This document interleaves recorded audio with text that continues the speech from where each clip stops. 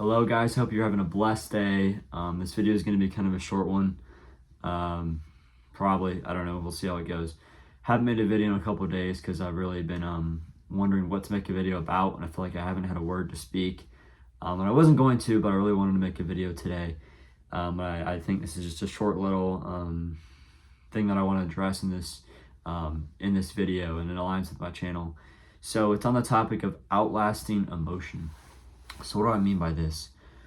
When I think of this, I think of in terms of, obviously, something I talk about a lot is outlasting emotion and relying on your values and reacting off your values instead of your emotions, right? And I talk about this a lot, but how I want to talk about it today is that when you are faced with a situation, there's often a time to react, right? Like, let's say, you hear news about a certain thing that you didn't want to hear, or maybe it is good news, or it's something that sort of conflicts with your mind, right? You thought one way and it happened the other. And you sort of have this time where you're faced with a reaction. Do you react off emotion, or do you react off of your values or what you believe? Obviously, you're not really thinking that in the present moment, because we are prone to react out of emotion as humans, and we sort of have to learn how to react based off values and what we actually believe, and the more we do that, the more we transform into the person that we are going to become and that we want to become, right? So basically, I'm trying to think of an example of this, but is if you heard certain news, and obviously we hear, like, you don't react with anger. I'm just going to read the verse that I had prepared for this, which is what this talks about, James 1:19.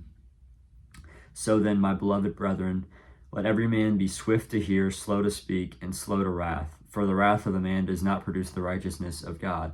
So you've often heard this, be swift to hear, slow to speak, and slow to anger. So that's sort of what I'm talking about here. And I think the biblical, principle that this is getting at is this idea of relying on your values over your emotions. Because your emotions is anger and just... And as the way that James puts it, we are often quick to speak, quick to put out our voice and react with what we feel in the moment. That's often not the right idea, because what often happens is we become angry, we react out of some sort of negative emotion, and what this does is we can see it does not produce the righteousness of God. And obviously as Christians, as Christian men especially, we are called to produce righteousness and do it in a holy manner, right? And that's really what I'm getting at here. It's a very simple concept, but it's not reacting out of that anger, right? And how I've been noticing in my own life is sort of when something happens, I sort of had that reaction where before I would have reacted with emotion. It could be any, sort of emotion. I'll give an example. I'm fixing something on my car while I'm adding some parts to it. And the part had to come in, and it took a couple of days to come in. So I was already kind of waiting on that, and then I was going to put it in, and then it was a badge on the front of the car that I was changing out, and it was a piece I got from a friend, and I just realized it needed to be glued back together, and it's like gluing each part, so that'll be like 2 full days of that, so I got to wait a little longer. Obviously, in the grand scheme of things, that's not a big deal. Sorry, the trash is running right now, so it might be kind of loud in the video, but, my first reaction was, I'm going to have to deal with this. I can't do this right now. I was waiting the whole day for this to happen, and now I can't, and I'm kind of angry. If I'm angry at my dad, who was helping me out, who was like, yeah, we got to glue this back together. And not that it was anything of his fault, but I wanted to react with that anger, with that sort of being pissed off or angry at him, angry at the situation, angry at what I, could have done. I should have just looked at that earlier. I should have done that. But obviously that's not a helpful thing to react with. It's what I first wanted to, and I still felt those emotions welling up within me. But then I thought, I have no reason to do that. That's not helpful. That's not going to make the time pass quicker to get to where I actually replace it. And it's sort of treating this as a learning environment where, hey, maybe this situation was more about me learning to deal with something not going my way, and sort of the patience needed to wait, instead of just reacting with the emotion, which would feel good for me at the time. And there's sort of a period there where the thing happens to you and you have the reaction. And I think there's a window where you can react with the emotion, right? It's, the first a couple seconds after it, first couple minutes after it. But the longer you wait and you just sort of almost suppress that emotion actively, your values become to activate more in a way, where it's sort of the activation deactivation. So the more your emotions sort of calm down and sort of lose their full power, your values start to come in and start to activate, and what is truly you based off what you really believe. And then you realize, hey, this is the actual thing, and everything starts to make a lot more sense. You react rightly with good values. So, after that happened, I was kind of pissed off for a little bit. And then the more I thought about it, like 30, 40 minutes into it, I'm like, this isn't that big of a deal. I already waited 2 days for the parts.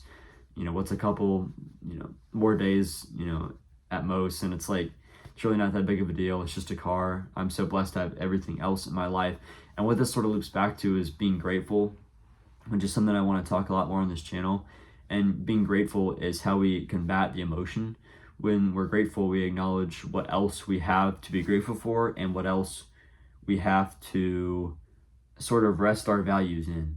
So instead of like this small negative situation that's very visible because it's negative, we can rest on the positive things that have happened that there are probably more of, but we just don't tend to focus on because they're not as glaring. Sort of what we're predisposed to as humans to react to the negatives. They say something where it's like 5 positive comments equal the same as a negative comment. So basically it takes more positive affirmation to reinforce those beliefs than it does take negative. That's why we must avoid these negative emotions and really giving into them at all costs.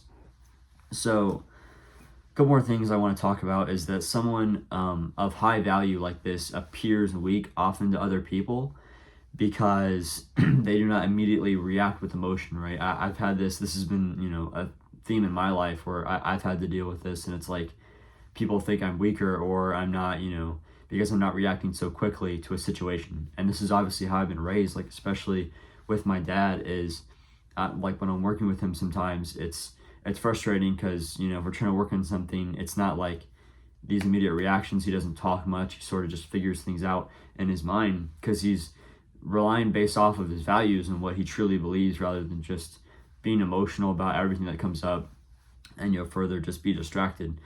And, being the type of person that I am in school and stuff, it was like someone would just, I can't think of a certain situation, but it's like, you're sort of looked down upon because you don't immediately react with anger or like joy or something because you're in your mind, you're processing the situation to understand all the outcomes. And it doesn't mean I wasn't like thankful when something good happened or, like mourning when something bad happened or felt guilty if I did something wrong. It was just, I took time to let those emotions sink into what was actually real instead of just reacting based off of that.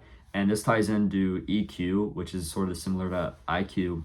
And it's a person's emotional intelligence, and it basically, I think, is a clear way of understanding where someone is at, and it's actually more helpful than IQ in many ways.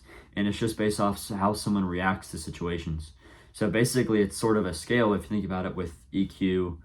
Like I'm not going to put any numbers to it, but it's how does someone react more with values or more with emotions, and sort of where on that scale do you lie? The further you are to reacting with emotions, I think you'll be a more critical thinking person.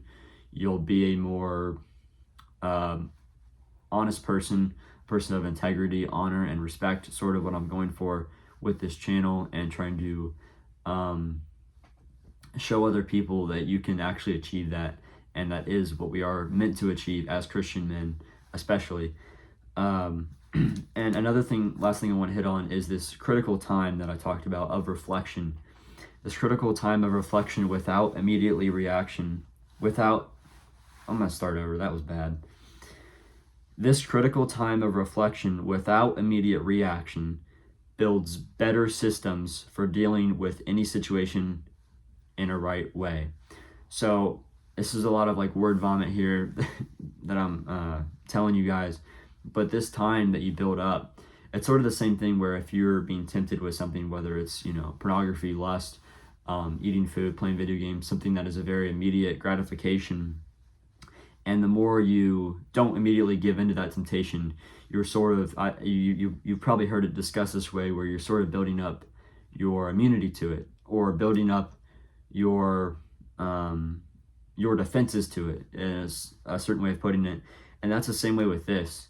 It's sort of protecting your thinking, and that time of reflection where you could react with the anger, you instead, wow, I cannot speak today. You instead react with, man, I'm all over the place right now. Probably no one watching this video at this point. But anyways, where you have this time of reflection and this time of sort of realizing, hey, I need to lean on my values more, this time builds up, and the more and more you practice it, the more and more you do it, you will be better capable, better equipped to deal with negative situations. And I think this is sort of where as Christians and as people, we are put through, harder trials as we go on in life, because we're more well equipped to deal with them, right? It's the same thing where it's like, as a kid, if you would have thought to like build a big project or something with whatever it may be, you were like, how is this even possible? I couldn't think of doing this. I can only barely put together a Lego set, and it's like, when you're older, you sort of realize the capability of it. Like, I'm struggling to find words to put what I'm thinking, but the more experience you have in something, and the better you are at defending against it, or inversely attacking the situation, you become more well equipped to do bigger and better things. That's the simplest way that I can put it. And it's the same way with this, but it goes along with thinking and protecting your mind, protecting your thoughts, and equipping them.